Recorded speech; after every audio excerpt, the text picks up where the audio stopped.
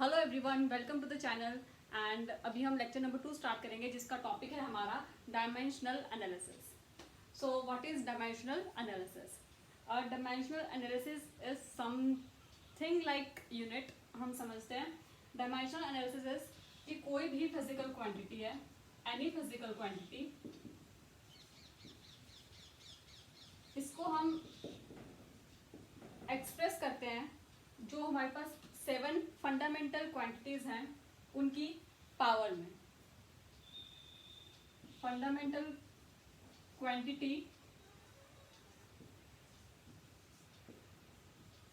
की पावर में,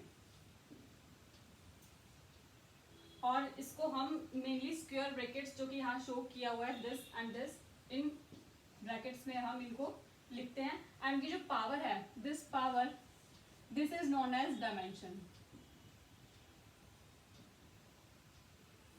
okay, for example अभी जैसे कि 7 फंडामेंटल क्वांटिटीज है क्या, अभी हम वो देखते हैं।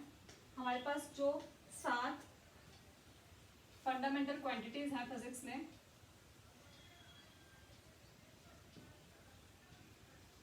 जो कि मोस्टली यूज की जाती है, it's first is mass, second is length, third is time, and fourth is current, fifth is temperature,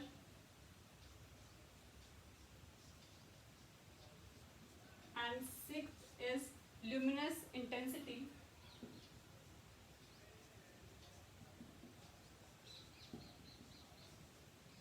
and the last is amount of substance.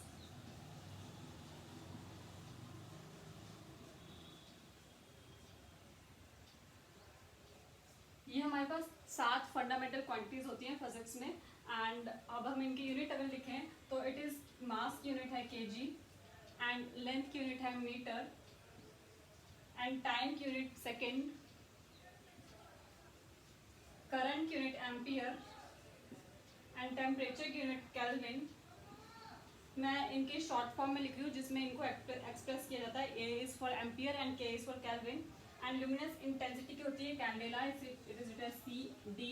And amount of mole substance को हम mole में लिखते हैं। So these are the units. सो कोई भी physical quantity है उसको जब हम इन 7 फंडामेंटल क्वांटिटी की टर्म्स में लिखा जाता है तो उसी को हम डायमेंशनल एनालिसिस कहते हैं। फॉर एग्जांपल अभी हम एक एग्जांपल करते हैं, जैसे कि वॉल्यूम। वॉल्यूम एक फिजिकल क्वांटिटी है, एंड इसकी यूनिट्स होती हैं मीटर क्यूब। तो इसकी डायमेंशनल एनालिसिस क्या होगा? मीटर को, मीटर इज अ लेंथ, तो हम लिखेंगे लेंथ, एल लिखेंगे लेंथ, एंड उसका स्क्वायर, एंड उसकी पावर 3। तो जो 3 है ये डायमेंशन है वॉल्यूम की एल के ऊपर। सो this is the dimensional analysis of volume L की पावर क्यूब। अभी हम और भी एग्जांपल्स करेंगे।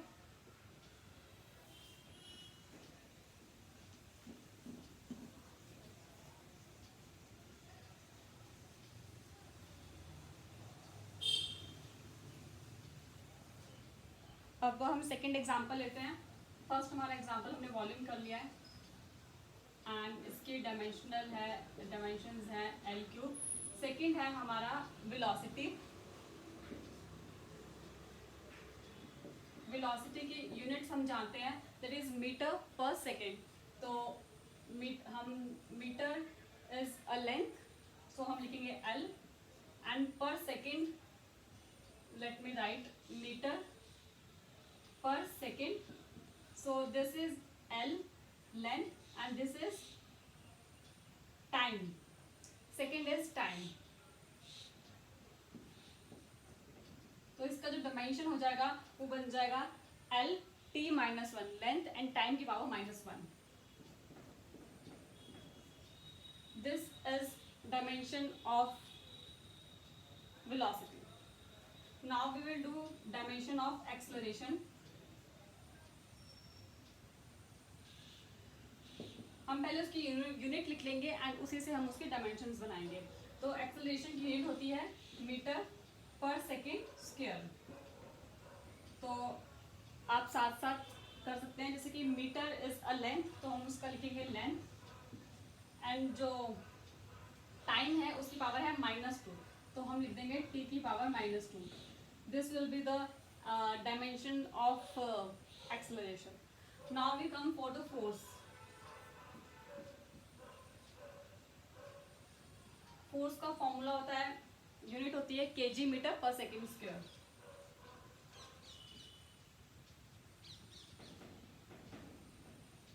तो हम इसकी यूनिट लिखेंगे kg स्टैंड्स फॉर मास, तो मास m,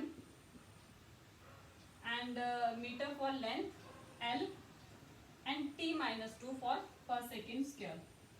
तो this is the dimension of force. And ये काफी इंपॉर्टेंट है, तो आप इसको याद भी कर सकते हो क्योंकि काफी जगह और यूज भी होता है. एंड आप ऐसे ही कोई भी क्वांटिटी लेकर उसके बना सकते हो. उसकी यूनिट्स अगर आपको पता है तो आप इजीली उनकी डायमेंशन लिख सकते हो. कोई भी आप एग्जांपल लो और अपने आप प्रैक्टिस कर सकते हो. फॉर एग्जांपल अब हम ले लेते हैं प्रेशर.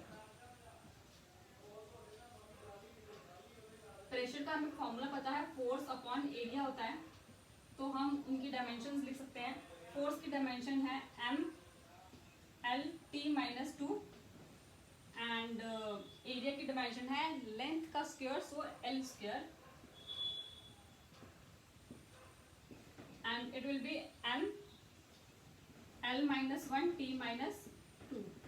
तो ये बन जाएगा डायमेंशन ऑफ प्रेशर. इसको आप यूनिट भी लिख सकते हो कि जैसे कि फोर्स का आपने kg metre per second square लिख लिया एंड एक्सेलरेशन का मीटर स्क्वायर लिख लिया, एंड वहां से आप यूनिट से भी डायमेंशन निकाल सकते हो, फिर ऐसे भी कर सकते हो.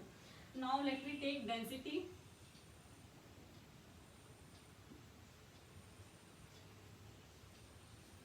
आपको बस फॉर्मूला पता होना चाहिए. जैसे डेंसिटी का होता है मास अपॉन वॉल्यूम, सो मास हो जाएगा kg एंड वॉल्यूम का है kg पर मीटर क्यूब. सो हम लिख लेते हैं इसकी यूनिट भी kg पर मीटर क्यूब. एंड अगर हम इसकी यूनिट्स बनाएंगे तो इट विल बी kg का आ जाएगा मास एंड मीटर क्यूब का आ जाएगा l, लेंथ में आ जाएगा तो l-3. तो ये हो जाएगी डेंसिटी की डायमेंशंस. उसके बाद हम मोमेंटम की डायमेंशन भी लिख लेते हैं.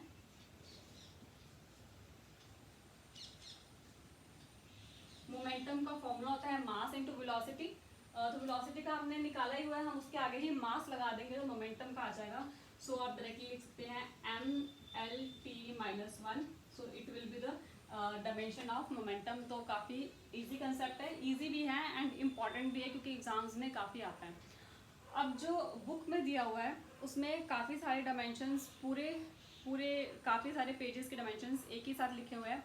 बट आई थिंक जब हम आगे आगे करेंगे तो हर टॉपिक का डायमेंशन साथ साथ होगा, तो हम वहीं साथ करेंगे क्योंकि बहुत सारी क्वांटिटीज़ हैं. जैसे moment of inertia, stress, strain, जो भी हमने पढ़ा ही नहीं है तो फिर उसके डायमेंशंस करने में आप कंफ्यूज हो जाएंगे. तो जब हम उन्हें पढ़ेंगे तभी हम करेंगे. एंड ये बेसिक आइडिया है थोड़ा, इसी की हेल्प से हम क्वेश्चंस के भी सॉल्व कर सकते हैं. सो अभी हम आगे क्वेश्चंस करते हैं थोड़े. अभी हम कुछ और डायमेंशन करेंगे.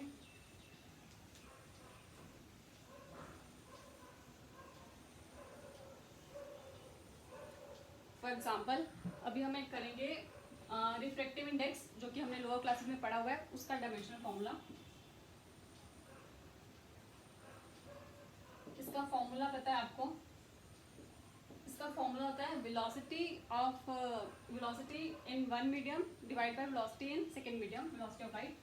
So velocity of light in one medium and v1 लिख देते हैं v1 upon v2. v1 upon v2 velocity of light in one medium divide by velocity of light in second medium. तो जो डायमेंशन यूनिट है वो उनकी cut जाएगी and it is a unit less quantity. So it is also dimension less quantity. इसकी कोई भी dimension नहीं होती है, डायमेंशन लेस क्वांटिटी.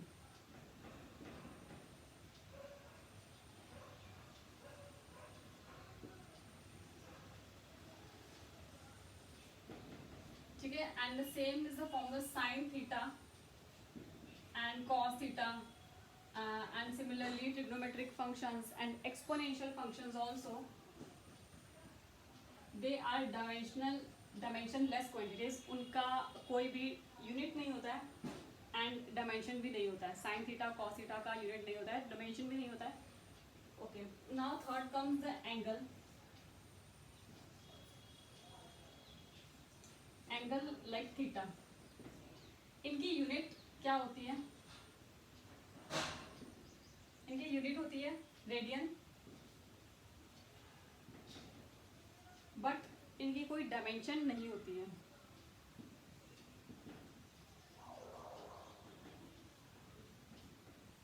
तो एंगल है उसकी यूनिट होती है रेडियन, लेकिन उससे कोई भी डायमेंशन नहीं होती है. सिमिलरली हमारे पास एक कंसेप्ट होता है सॉलिड एंगल का.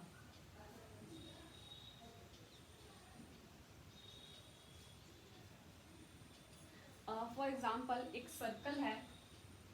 I am explaining what is solid angle. जैसे कि एक सर्कल है और उसका जो एंगल होता है जो सबटेंड करता है वो सेंटर पे, उसको हम थीटा कहते हैं, उसको हम एंगल कहते हैं. सिमिलरली अगर कोई एक स्फीयर है, you have to imagine this as a sphere. Okay, आप कोई बॉल कंसिडर कर सकते हैं, फुटबॉल राइट. एंड वो 3D में जो ये एंगल सबटेंड होता है, इसको ये सरफेस है एंड यहाँ जो 3D में आपको इमेजिन करना होगा, 3D में जो एंगल सबटेंड होता है उसको हम कहते हैं solid angle. It is a 2D concept. Angle is a 2D concept, but the solid angle is a 3D concept.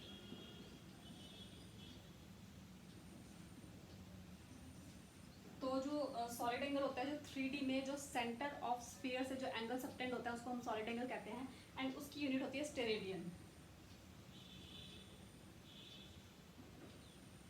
And उसकी भी कोई डायमेंशन नहीं होती, that is also in dimensionless quantity. तो आपने देखा कि दो ऐसी चीज़ें हैं, दो ऐसे क्वांटिटीज़ हैं जिनकी यूनिट तो है लेकिन उसकी डायमेंशन नहीं है. तो ये केस आप याद रख सकते हैं. एंड अगर आपसे कोई वाइस वर्सा पूछे कि कोई ऐसी चीज़ जिसकी डायमेंशन हो बट यूनिट ना हो, तो ऐसा नहीं होता है. ऐसी कोई भी क्वांटिटी नहीं है जिसकी डायमेंशन हो और यूनिट ना हो, बट जिसकी यूनिट हो एंड डायमेंशन ना हो. उसका एग्जाम्पल है angle and solid angle. Okay, so अब हम आगे करते हैं. इट इज़ ऑल जितना हमने इसमें डायमेंशनल जिनके डायमेंशंस हमने पढ़ने थे. अब हम आगे पढ़ेंगे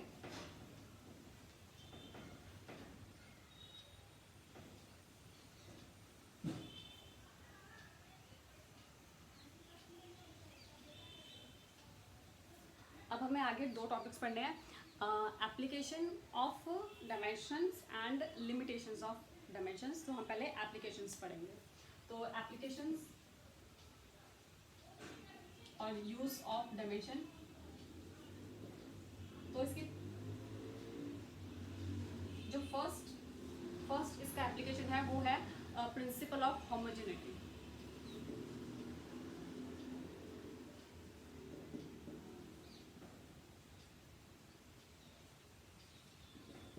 प्रिंसिपल होमोजेनिटी क्या कहती है कि एक क्वांटिटी है A और एक क्वांटिटी है B, वो प्लस या माइनस तभी हो सकती हैं अगर उन दोनों की यूनिट्स या फिर डायमेंशंस सेम है, तभी वो प्लस या माइनस हो सकती हैं. For example it is also very natural कि फॉर एग्जांपल मान लो कि A क्या है 5 kg आटा है. ओके, 5 kg है एंड मान लो कि B जो है वो 2 hours है. तो अगर आपको कोई कहे कि 5 kg में 2 hours प्लस कीजिए या फिर माइनस कीजिए, तो it doesn't make any sense.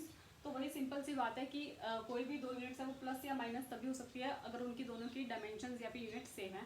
So this is the principle of homogeneity. Okay, तो इसके बेस पे हम एक एग्जांपल करेंगे. Let us do an example. आपको एक इक्वेशन दी हुई है v equals to u plus a plus b t. Now what you have to do, you have to find the dimensions of a and b, and v is our velocity and t is the time. So we have to do. I am not writing the question, I am directly doing the solution. So v is the velocity, हम इनकी dimensions लिखेंगे and we will find the dimensions of a and b. So dimension of V is L T minus 1. Okay, सो वो उसमें add हो रहा है, मतलब कि इक्वल है इन according to the principle of homogeneity. इन तीनों की जो डायमेंशंस है वो सेम ही होने चाहिए। So we can directly write कि ए की डायमेंशन क्या होगी, एल टी माइनस 1, तभी वो उसमें ऐड करेगा। तो ए की डायमेंशन हम लिख देते हैं L T minus 1 plus B and it is T, तो टी की है टी क्योंकि वो टाइम है, तो and B T should be equal to velocity. इसको हम कर रहे हैं B and T should be equal to velocity. So B का कितना आ जाएगा, बी अपॉन टी, एंड इसकी अगर हम डायमेंशंस लिखें, यहाँ पर लिखें तो एल टी माइनस 1 एंड इसका भी है टी, तो इसकी आ जाएगी एल टी माइनस 2। ओके, तो ये हमने किया कि ये बी की डायमेंशन क्या है, एल टी माइनस 2। अगर आप ध्यान से देखो तो ए जो है वो वेलोसिटी की डायमेंशन ही है एंड जो बी की डायमेंशन है वो एक्सेलरेशन की डायमेंशन ही है।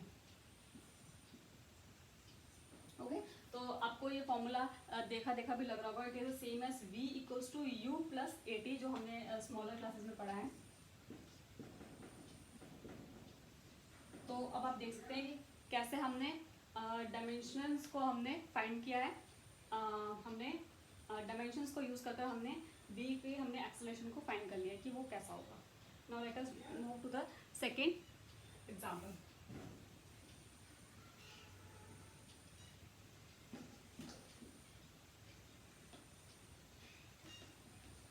So the second application is derivation of formula. We can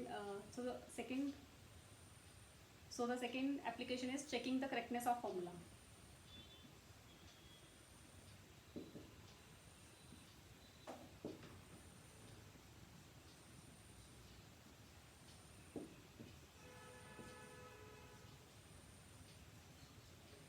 सो वो second application is checking the correctness of formula. तो इसकी मदद से डायमेंशंस की हेल्प से हम कैसे कि किसी भी फॉर्मूले की करेक्टनेस को हम चेक कर सकते हैं।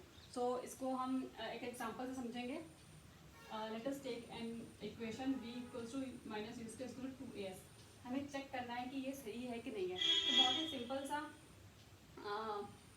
मेथड है। हम सबकी डायमेंशंस को इधर पुट करेंगे एंड अगर वो इक्वेशन सेम बन जाती है तो इट मीन्स कि वो फॉर्मूला सही है, एंड अगर वो सेम नहीं बनती है उनकी डायमेंशंस तो फिर वो फॉर्मूला मीन्स गलत है। सो लेट अस सी, वेलोसिटी की डायमेंशंस क्या होती हैं, एल टी माइनस 1 एंड इसका square minus and you is also the velocity, initial velocity, तो इसकी डायमेंशंस हम लिख देंगे एल टी माइनस 1 का square and it is equals to 2।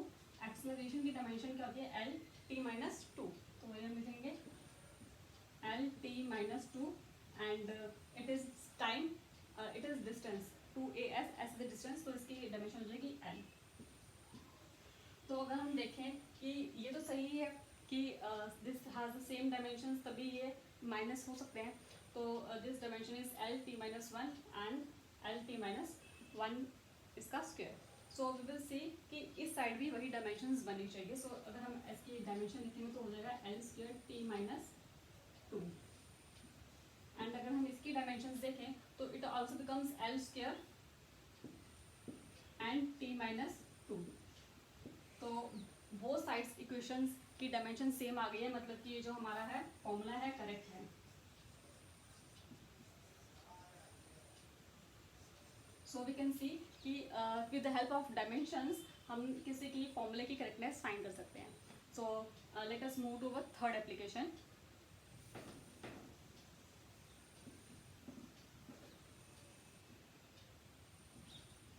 So our third application is derivation of formula, कि dimension की help से हम किसी भी फॉर्मूले को डिराइव कर सकते हैं।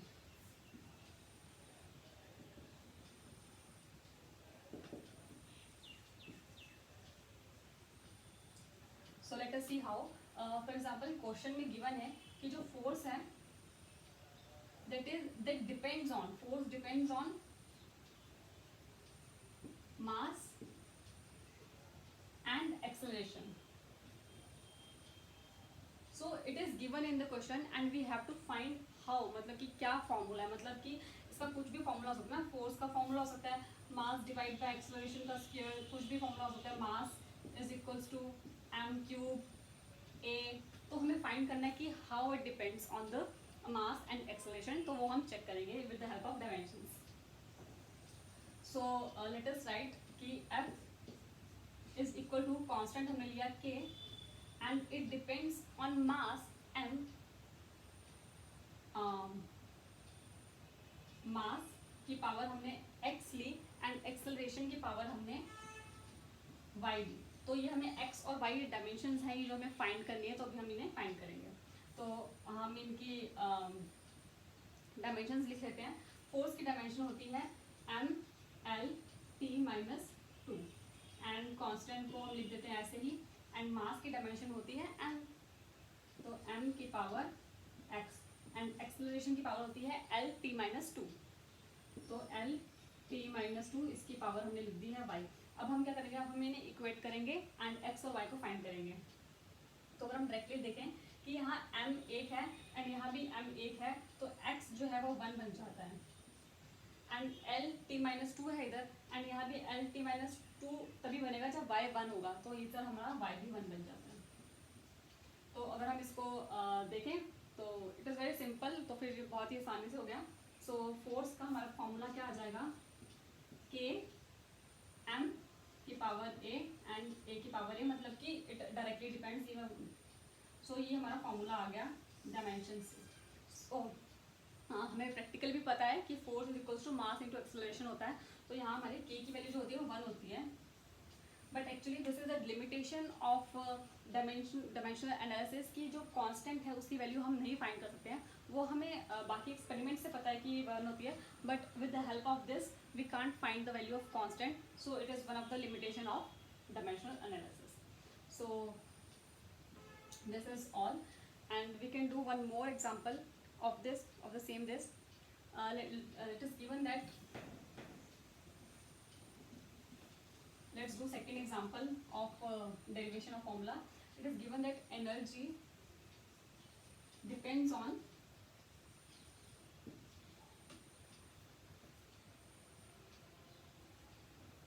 mass, amplitude and angular velocity during simple harmonic oscillation. So we will see how it depends. So energy, same process, constant लिया हमने कि हमने mass का पावर लिया x, amplitude का पावर लिया हमने y and angular velocity का हमने पावर लिया z। तो अब हम एनर्जी का हम डायमेंशन लिखेंगे। एनर्जी की डायमेंशन होती है हमारे पास, energy is force into distance, side में कर सकते हैं, energy is force into distance. So force की डायमेंशन होती है kg metre per second square, तो m l t minus two ये हमारे पास डायमेंशन होती है फोर्स की, एंड इसमें लेंथ एक और मल्टीप्लाई हो जाएगा। Okay, and then it comes m की पावर x एंड एम्पलीट्यूड की पावर l है, तो l की पावर y, एंड जो एंगुलर वेलोसिटी है, एंगुलर वेलोसिटी ओमेगा, हमें पता है कि v equals to omega r होता है। Okay, v equals to omega r, so omega is v upon r। तो यहाँ से हम ओमेगा की वैल्यू फाइंड कर सकते हैं, that is v upon r से हम इसकी डायमेंशंस फाइंड कर सकते हैं। सो वेलोसिटी ऑफ वेलोसिटी की होती है l t minus one, and इसकी होती है लेंथ की होती है l, so it becomes z। So this is become, so yes, so now what we will do, we will equate, l से l कैंसिल हो जाएगा, so m l m x की पावर आ जाएगी 1 एंड y की power आ जाएगी, y वहाँ 1 है, यहाँ 2 है, तो y की पावर आ जाएगी 2, एंड z की पावर आ जाएगी, यहाँ है t की पावर माइनस 2 एंड वहाँ है t की पावर माइनस z, तो z इक्वल्स टू 2 आ जाएगा। Okay, I hope you understand. So this is becomes, so हमारे पास फॉर्मूला क्या आ जाएगा, energy is equals to k and m and a square and omega square, and this is the right formula. ऐसा हम simple harmonic oscillation में पढ़ते भी हैं. तो this is all the 3 applications of dimensions. The 3 applications are, first one is the principle of homogeneity, and second is कि checking the correctness of formula, and third one is the derivation of formula, अगर आपको पता है कि वो किस factors पर depend करते हैं. So these are the 3 applications. Now we see limitations.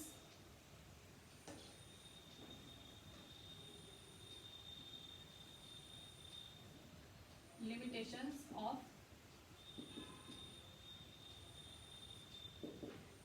of dimensions. So the first limitation जो हमने स्टडी कर लिया है कि इससे हम कांस्टेंट की वैल्यू नहीं फाइंड कर सकते हैं. We can't find the value of constant.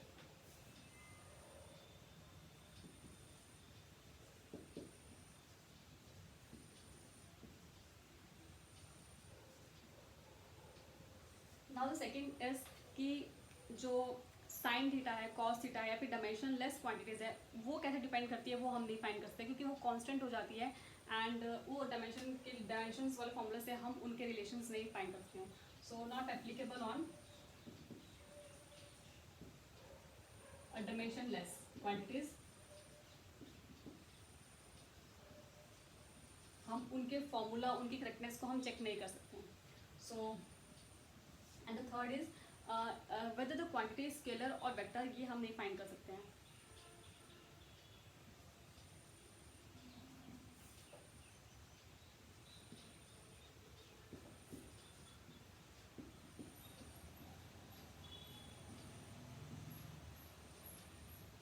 Scalar वो क्वांटिटीज होती है जो डायरेक्शन लेस होती है, for example speed, and vector वो क्वांटिटी होती है जिनकी डायरेक्शन होती है, फॉर एग्जांपल वेलोसिटी. तो डायमेंशनल एनालिसिस में वो हम किसी की डायरेक्शन की हम प्रेडिक्शन नहीं कर सकते. किसी की जो स्पीड है उसका भी फॉर्मूला LT-1 ही होगा, एंड वेलोसिटी का भी फॉर्मूला LT-1 ही होगा. तो हम उसमें डिफरेंशिएशन नहीं कर सकते हैं. सो this is all about the dimensional analysis. So see you all in the next video, and thank you for watching this video.